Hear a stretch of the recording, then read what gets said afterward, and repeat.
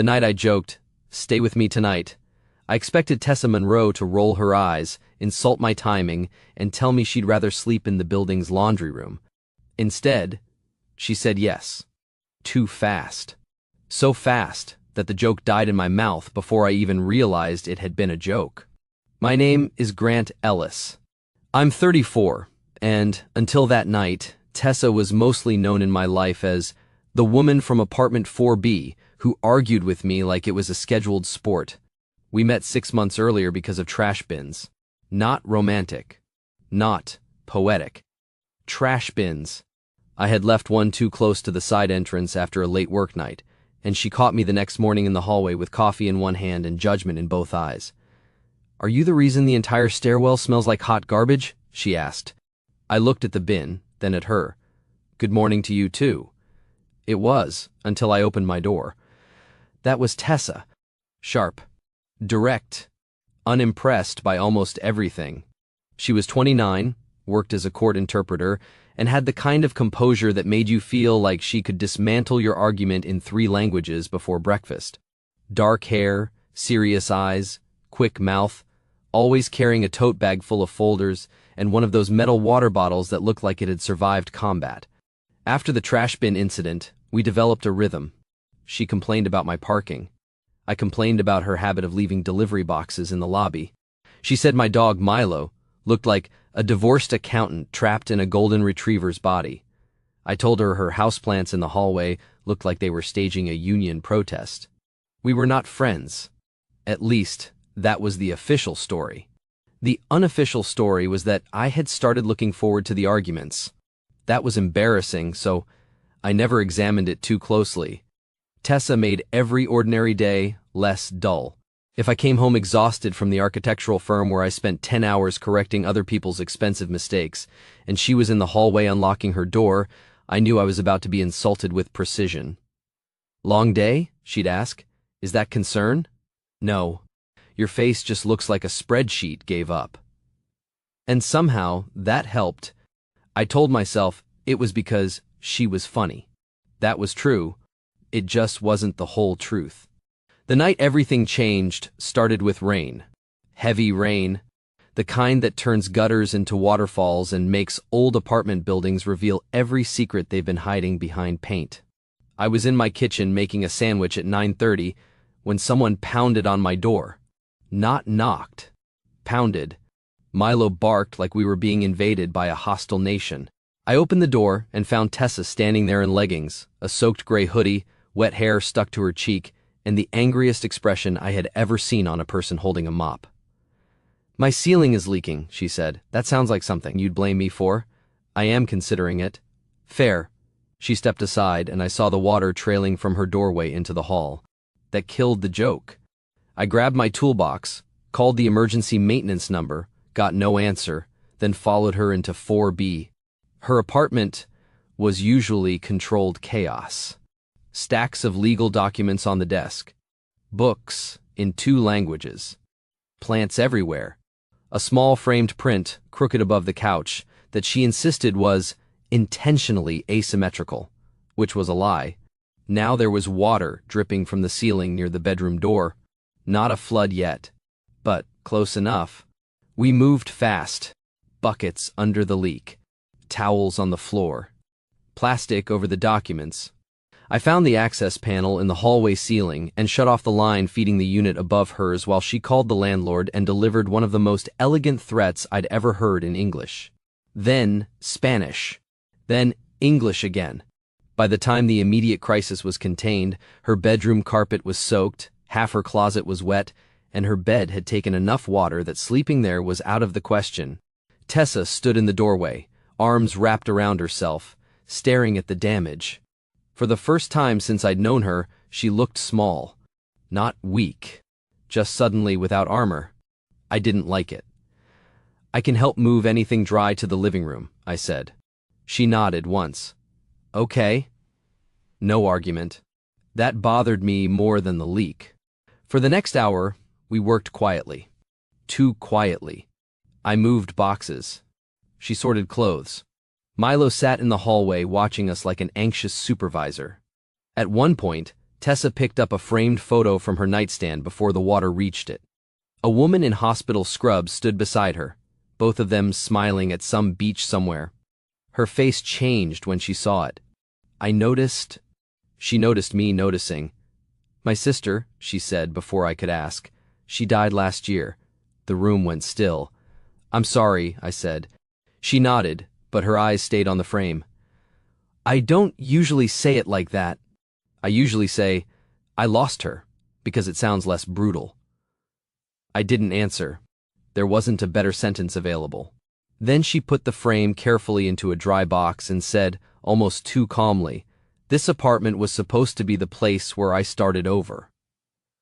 That was the first honest thing she'd ever said to me without wrapping it in a blade, and I had no idea what to do with it. Maintenance finally called back near midnight and said someone would come in the morning. The landlord offered a hotel reimbursement, but every nearby room was either booked or too far to make sense in the storm. Tessa stood in my doorway afterward, holding a duffel bag and looking furious again, but this time I could tell the anger was mostly there to keep everything else from spilling out. "I can sleep on my couch," she said. "Your living room smells like wet drywall. I've slept in worse places. That is not a recommendation." She glared at me. "Do you have a point, Ellis?" I was tired. She was soaked. The hallway was a mess, so I said it without thinking. "Stay with me tonight." Her eyes snapped to mine. I realized how it sounded, and immediately lifted one hand. "I meant the couch, or the guest room, or whatever option makes you least likely to report me to building management." I expected the eye roll, the insult, the familiar escape into sarcasm. Instead, Tessa said, "Yes." No pause. No joke. No defense. Just yes. Too fast. Then she looked away like the speed of her answer had betrayed her. And that was the moment I understood the leak was not the real disaster of the night. Because Tessa Monroe, the woman who argued with me over trash bins, parking spots, houseplants, and hallway etiquette, had just accepted a place to stay like she had been waiting for me to offer one. For a few seconds, neither of us moved. Tessa stood in the hallway with a duffel bag in one hand, wet hair drying badly around her face, and the expression of a woman who had just realized her own mouth had betrayed classified information. I kept my voice careful. "Okay." She looked at me sharply. "Don't say it like that." "Like what?" "Like I just agreed to join a cult. I offered you dry walls and a couch. You said stay with me tonight." I clarified immediately. "You did," she said. Terribly. That was better. The sarcasm came back like a pilot light catching. I stepped aside. "Come in before the hallway gets emotionally worse." Milo greeted her like she was returning from war, which, given the condition of her apartment, was not entirely inaccurate. Tessa scratched his head, and for a second her face softened in a way that made me look away too quickly. My apartment was not impressive. 2 bedrooms, one used as a half-office, half-storage room. Bookshelves. I had built myself because buying decent shelves felt like surrender.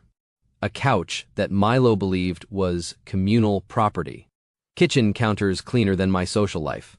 Tessa stood just inside, taking it in. "You live like a man who alphabetizes his regrets," she said. "I knew you'd appreciate the system." I didn't say appreciate. No, but your tone had respect in it. My tone had concern. I grabbed towels from the linen closet and handed them to her. "Bathroom's at the end of the hall. Guest room is technically an office, but the daybed is comfortable if you have realistic standards." "I have extremely low standards tonight." "That helps." She paused before walking down the hall. "Grant," I looked at her, "thank you." No insult after it. No quick correction. Just the words. That made the whole apartment feel too quiet. "You're welcome," I said. While she changed, I moved a stack of drawings off the daybed, found clean sheets, and tried very hard not to think about how strange it was to prepare a room for Tessa Monroe, the woman who once left a note on my door that said, "Your dog has better hallway manners than you." The woman who had just said yes like the word had been waiting under her tongue for months. When she came back out, she was wearing dry sweatpants and an oversized black shirt, her hair damp and loose around her shoulders. She looked younger like that, or maybe just less defended. I pointed toward the guest room. Bed's ready. She glanced inside. You folded the blanket. I do understand the broad concept of hosting. You folded it like a hotel. I've been alone too long. My domestic habits are becoming threatening. That got a small smile. Then she looked toward my kitchen. Do you have tea? Do I look like a man who has tea? You look like a man who has one emergency tea bag from a gift basket. That was annoyingly accurate.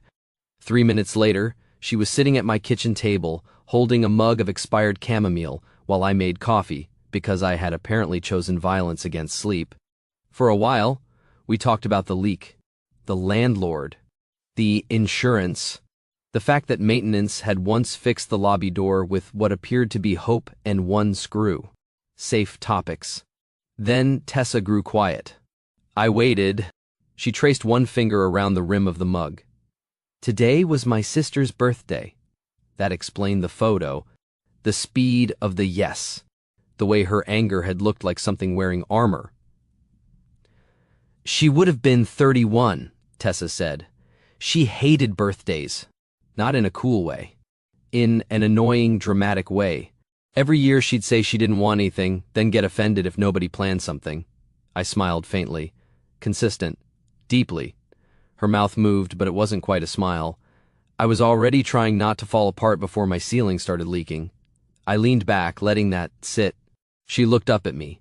This is where most people say she'd want you to be happy. I hate that sentence. That made her blink. She might, I said. But people use it like grief is a dog you can command. Tessa stared at me for a second. Then she whispered, Exactly. One word. But it changed the room. She looked down again. I argue with you because it's easier. Then what? Being normal. I didn't answer. She gave a tired little laugh. You're supposed to disagree. I thought about it. Didn't feel credible.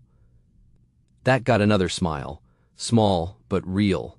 Then she said, After Isabel died, everyone got gentle, too gentle. People talked to me like I was glass. My mother cried every time I mentioned her name. My coworkers lowered their voices. Men on dates either got scared or tried to become inspirational. Her eyes met mine. You argued with me about recycling bins. I was very passionate about municipal order. You were obnoxious. Also true. But you didn't look at me like I was a tragedy. Her voice got quieter. So, yes, I started arguing with you on purpose. I felt something in my chest shift. Not dramatically. Just enough to understand that half our hallway fights had been something else wearing ridiculous clothes. Trash bins is emotional strategy, I said. It worked. Did it? She looked at me. I'm here, aren't I? That answer hit harder than it should have. I got up and put my mug in the sink, mostly because I needed something to do with my hands.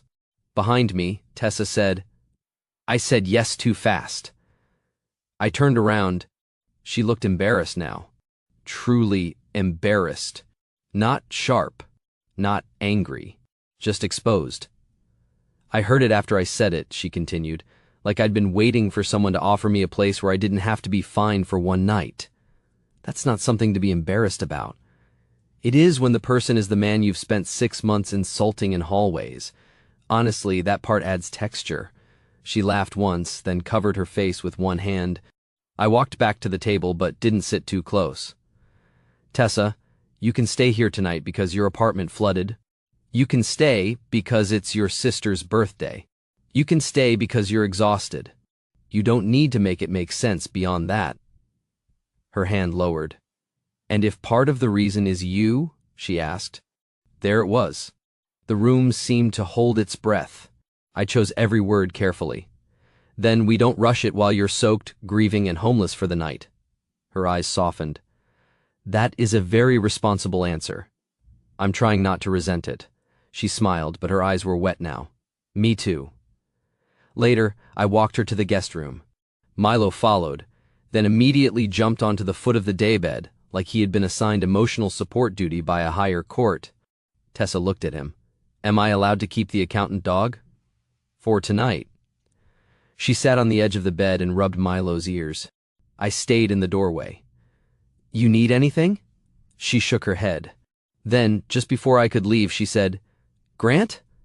"Yeah?" Her fingers stilled in Milo's fur. "If I wake up and forget where I am," the sentence broke there, not dramatically. Honestly, I understood.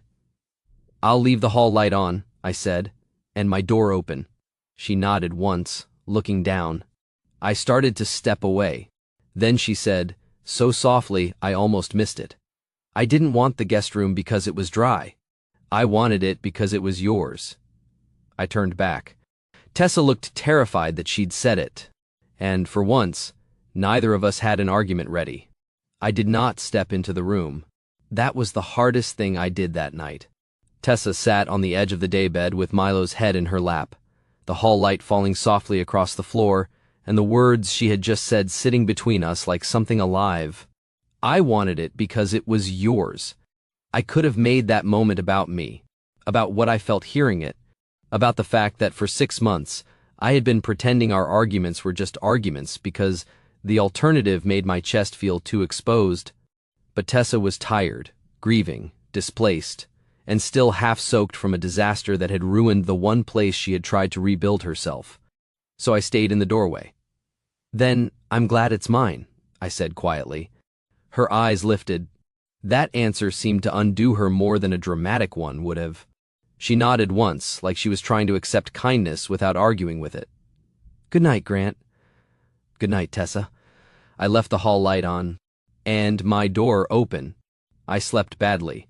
Not because anything happened, because nothing did, and somehow nothing had become loud. Every creak in the apartment made me think she was awake. Every time Milo shifted, I wondered if she needed something. Around 3, I heard the guest room door open softly. I sat up. Tessa stood in the hall, one hand on the wall, eyes unfocused for half a second. Then she saw me, saw the open door, saw the light, remembered. "You okay?" I asked. She nodded, embarrassed. "Bathroom. Left." "I know.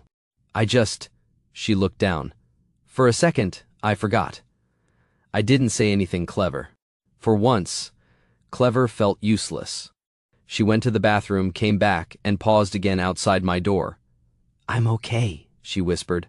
"I know." But I didn't close my door after she went back to bed.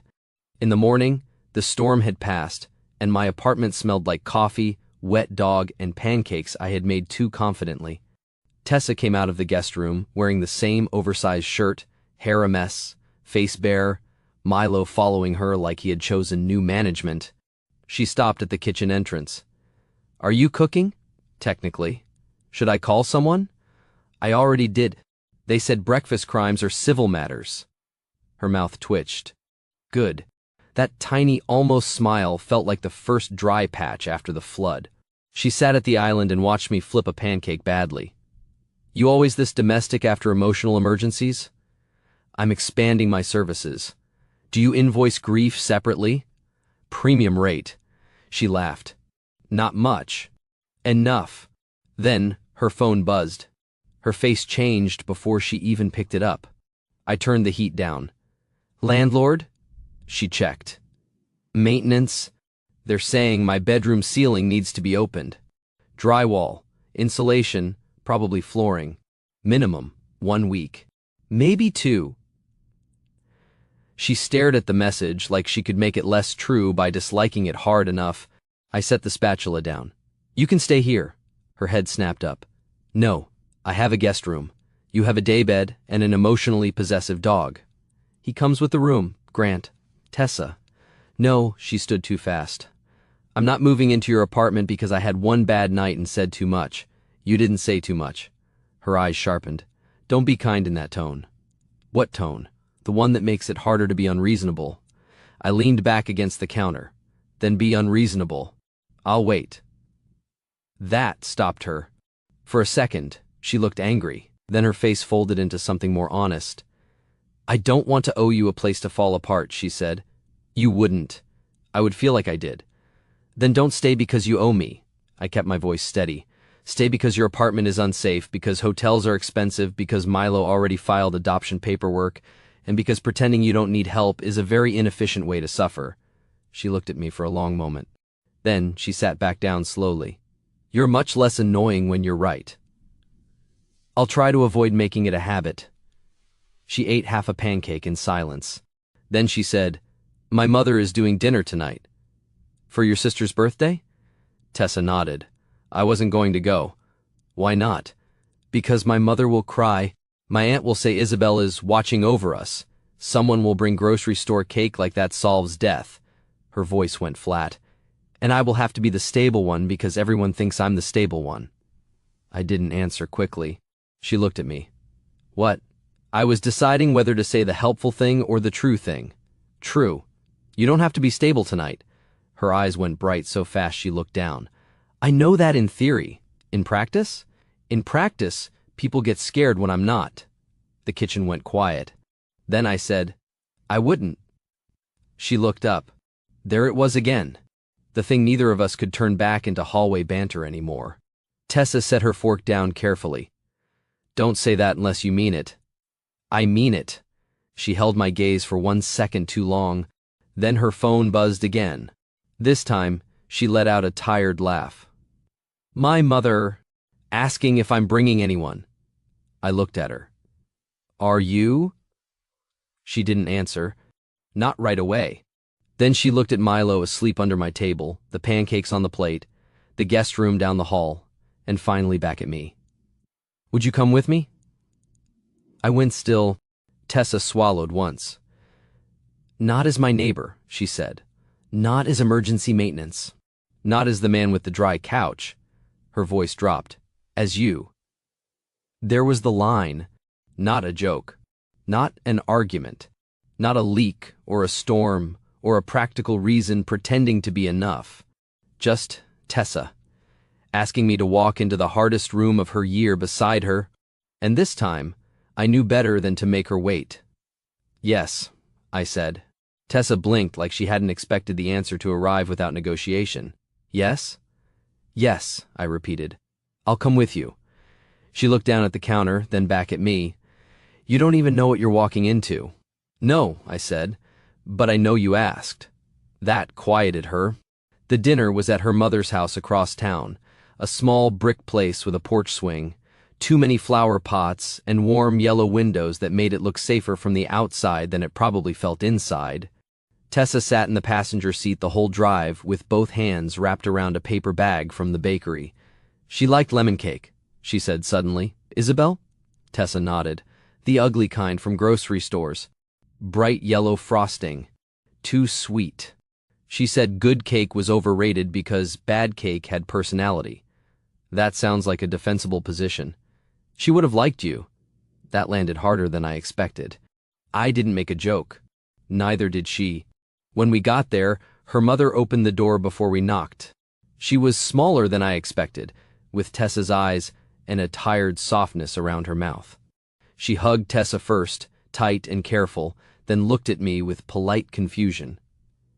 This is Grant, Tessa said. There was a pause after my name. Not long. Long enough. Her mother's eyes moved between us. Oh, Tessa's jaw tightened. He's my neighbor. Then, after half a breath, she added, and my friend. That word should not have felt as important as it did. Inside, the house smelled like roast chicken, coffee, and something sweet cooling on the counter. Her aunt was there. 2 cousins. An older man I realized was her stepfather. Everyone greeted Tessa gently, like they were afraid sudden volume might crack her. She hated it. I could see it in the way she smiled too quickly. The way she answered questions before they fully formed. The way she kept touching the edge of the bakery bag like it was an anchor. Dinner was not terrible. That almost made it worse. People told stories about Isabel. Safe ones at first. Funny ones. How she once got lost 3 blocks from her own apartment because she refused to admit the map app was right. How she had cried during a dog food commercial. How she bought gifts months early and then spoiled them because she couldn't keep secrets. Tessa laughed at the right places. But each laugh cost her something. Halfway through dessert, her aunt said, she'd be so proud of how strong you've been. There it was. The sentence. The one everyone meant kindly, and nobody understood. Tessa went still. Her fork rested beside the slice of lemon cake. Her eyes dropped to the plate. Her mother's face tightened, like she already knew. I did not speak. This was not my room to correct. Tessa inhaled once. Then she looked up and said, "I'm not strong." The table went silent. Her aunt blinked. "Honey, I only meant I know what you meant." Tessa's voice shook, but she didn't stop. "But I'm tired of being called strong every time I don't make people uncomfortable." No one moved. "I miss her," she said. "I miss her so much I get angry at ceiling leaks and trash bins and people breathing too loudly in hallways. I wake up and forget for 3 seconds, and then I remember, and it feels like losing her again before breakfast." Her eyes were wet now. "I'm not strong. I'm just still here." Her mother covered her mouth with one hand. Tessa looked terrified, like the truth had left her body and she could not call it back. Then I felt her hand find mine under the table. Not dramatically, not for display, just there. I closed my finger. For once, nobody tried to turn the moment into comfort too quickly. Her mother stood, walked around the table, and wrapped her arms around Tessa from behind. "I'm still here too," she whispered. That was when Tessa finally cried. Not loudly, not theatrically, just enough for the whole house to stop pretending grief could be handled by speaking softly around it. I stayed seated, holding her hand until she loosened her grip. After dinner, her mother asked me to help carry dishes into the kitchen. I expected questions. I got one. "She trusts you?" she asked, rinsing a plate. I looked back toward the dining room, where Tessa was sitting with her cousins, face tired but lighter somehow. "I think she's trying to." Her mother nodded slowly. "That's not small for her." "I know. She argues when she's scared. I noticed." That made her smile faintly. "Then you're either patient or doomed. Could be both." She looked at me for a long second. "Don't make her feel foolish for needing someone." That was the whole warning. No threat. No interrogation. Just a mother who had already lost one daughter and was terrified of watching the other become unreachable. "I won't," I said. And I meant it. On the drive home, Tessa was quiet. Different quiet than before. Not empty. Exhausted. When we pulled into our building's lot, she didn't get out right away. "Thank you," she said, "for coming, for not saving me from the room." She looked at me. "For just being there while I said it. That felt like your fight." It was. Her mouth softened. "But I wanted you near it." I looked at her, and for the first time, there was no leak, no storm, no family dinner, no practical excuse standing between us, just the truth finally sitting still. "Tessa," I said, "when your apartment is fixed, you don't have to move back into being alone just because the emergency is over." Her eyes searched mine. "Is that a housing offer?" "No." "What is it?" I took a breath. The honest thing I should have said before the ceiling collapsed. She went very still. Then, before I could finish, she whispered, "Then say it before I argue." So I said it. Not perfectly. Not like a man in a movie with rain on the windshield and the right music behind him. Just honestly. "Tessa, I don't want you here because your ceiling collapsed," I said. "I want you here because my apartment feels more like a place when you're in it. I want the arguments. I want the bad hallway timing. I want Milo betraying me for you. I want the version of you that makes jokes when she's scared and the version that can't joke at all." I looked at her. "And if that's too much tonight, I can wait. But I'm done pretending I only offered you a guest room." Tessa stared at me. For once, no comeback arrived. Her eyes filled slowly, but she didn't look away. "You really should have said that before the ceiling collapsed," she whispered. "I'm learning under pressure. That's not an apology." "No." Her mouth curved, barely. Then she reached across the space between us and touched my hand. "I don't know how to do this without being difficult," she said. "I would be disappointed if you tried. I will argue when I'm scared. I know. I will probably try to leave before I have to admit I want to stay. I'll leave the hall light on." That broke something open in her face. Not sadness this time. Relief. She leaned toward me across the console, slowly enough that either of us could have stopped it. Neither of us did. The kiss was quiet. careful. Not a solution to grief. Not a reward for a hard night. Just the first honest answer after months of pretending every argument had been about trash bins and hallway plants. When she pulled back, she laughed once, shaky and soft. "What?" I asked. "I'm trying very hard not to say something sarcastic." "That sounds painful." "It is." "Take your time." She looked at me then, really looked, and whispered, "I wanted you to ask me to stay long before tonight." That was the sentence I carried upstairs. Not the kiss. That sentence. Her apartment took 11 days to repair. She stayed in my guest room for all 11. At first, we were careful in the way two adults are careful when they know a fragile thing deserves more than hunger. She slept in the guest room. I slept in mine. Milo rotated loyalties nightly and showed no shame. We had coffee in the morning. Dinner. When work allowed, she insulted my spice cabinet. I told her her legal folders looked like they were plotting against society, but the house changed. No, that's not right. I changed in it. I started listening for her keys. Started buying the tea she liked. Started leaving the porch light on, even when I knew she was already inside. On the 12th day, maintenance cleared her apartment. She stood in my hallway with a laundry basket in her arms and looked toward 4B like it was both home and a test. "You don't have to decide today," I said. "I know." She looked at the guest room. Then at me.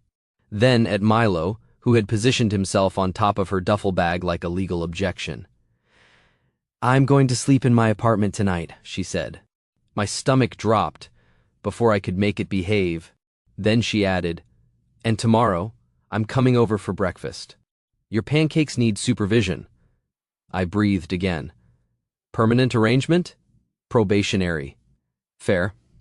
That was how we began. Not by moving too fast. By not disappearing after the emergency ended. 3 months later, Tessa gave me a key to her apartment. She acted casual about it. Everyone told louder stories. Tessa cried once in the kitchen, and this time, nobody treated it like a failure. I stood beside her while she wiped her face with a dish towel. She looked at me and said, "I'm still here." I touched her hand and said, "I know." 2 years later, we stopped pretending the building had 2 separate homes for us. She moved into my apartment officially, though she argued the word "officially" was bureaucratic and unattractive. Her plants took over my hallway. Her books colonized my shelves. Her water bottle appeared in every room like evidence. Milo, naturally, adjusted fastest. 3 years after the leak, I proposed in the hallway between our old apartments, right where we had started. No restaurant, no crowd, no perfect speech. Just me, one knee down on the same floor where she had once stood, soaked, furious, grieving, and too tired to pretend she didn't need anyone. Tessa stared at the ring, then at me. Then she said, "You are proposing in a hallway." "Yes." "The same hallway where you caused the trash bin incident." "Allegedly." Her eyes filled. Then she laughed and cried at the same time, which felt exactly like her. "Yes," she said, "before I argue. We got married the following spring in her mother's backyard. There was lemon cake. It was ugly. It was perfect." And years later, whenever people asked how we got together, Tessa usually said, "My ceiling collapsed." I'd say, "That's not the romantic version," and she'd answer, "It's the honest one." She was right. Because the truth was, I didn't fall in love with Tessa when she finally stopped arguing. I fell in love